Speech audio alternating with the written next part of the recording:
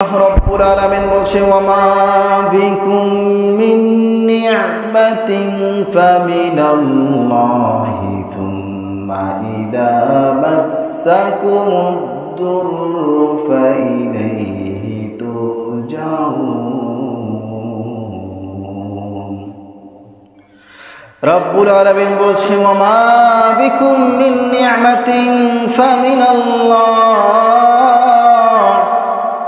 যত রকমের নিয়ামত তুমি দেখো না কেন, তোমার যা কিছু আছে তুমি দেখো না কেন, ফামিনাল্লাহ, সব কিছু কার পক্ষ থেকে?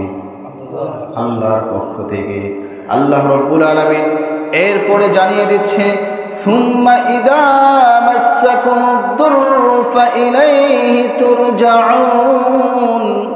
আমি আল্লাহ রব্বুল আলামিন তোমাদেরকে এই সমস্ত নিয়ামতগুলো দান করলাম, এই নিয়ামতগুলোর মাধ্যমেই আবার তোমাদেরকে বিপদ আপদে ফেলতে পারি, এই নিয়ামতগুলোর মাধ্যমেই তোমাদেরকে কষ্টের মধ্যে ফেলতে পারি।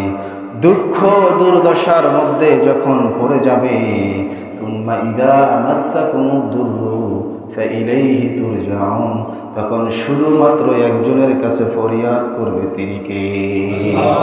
রব্বুল আলামিন বলছে আমার নিয়ামতের শুকরিয়া আদায় করো। আমি যা দিয়েছি, তোমার জান দিয়েছি, তোমাকে মাল দিয়েছি, সময় দিয়েছি, এই সব কিছু আমি আল্লাহর পক্ষ থেকে নিয়ামত দেওয়া, এগুলোকে আমার পথে ব্যয় করো। তোমার সময়কে আমি আল্লাহর জন্য ব্যয় করো, তোমার ধন দৌলতকে আমি আল্লাহর জন্য ব্যয় করো, তোমার যা কিছু আছে আমি আল্লাহর জন্য ব্যয় করো।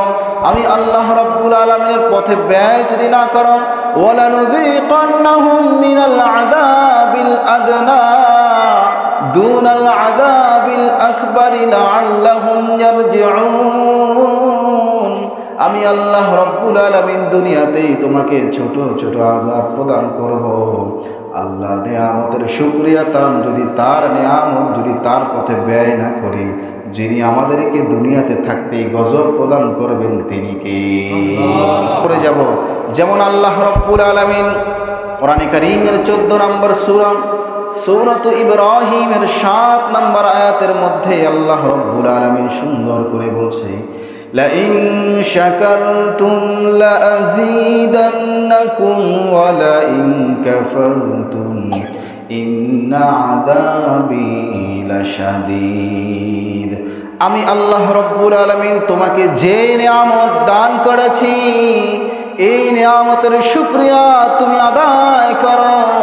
আমি আল্লাহ যদি তোমাকে পর্যাপ্ত পরিমাণ সময় নিয়ামত দিয়ে থাকি, এই সময়টাকে শুকরিয়া তান আমার পথে ব্যয় করো।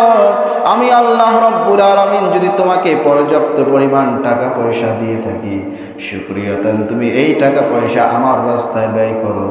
আমি আল্লাহ তাআলা যদি তোমাকে সন্তান দান করে থাকি, এই সন্তানকে আমার রাস্তায় ব্যয় করো।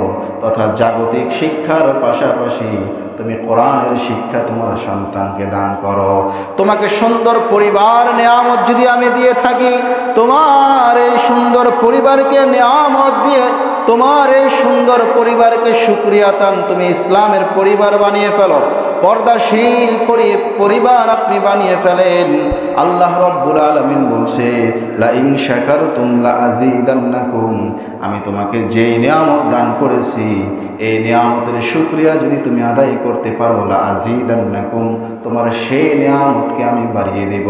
ওয়ালা ইন কাফারতুম, আর নিয়ামত পাওয়ার পরে যদি তুমি শুকরিয়া আদায় না করতে পারো, ওয়ালা ইন কাফারতুম, আমার নিয়ামতকে যদি তুমি অস্বীকার করো, আমি আল্লাহ রব্বুল আলামিন ঘোষণা দিয়ে দিলাম, ওয়ালা ইন কাফারতুম, আমার নিয়ামতকে অস্বীকার করার কারণে ইন্না আযাবি লাশাদীদ, আমি আল্লাহ নিশ্চয় জানিয়ে দিলাম তোমাকে কঠিন আযাবের মধ্যে পাকড়াও করা হবে।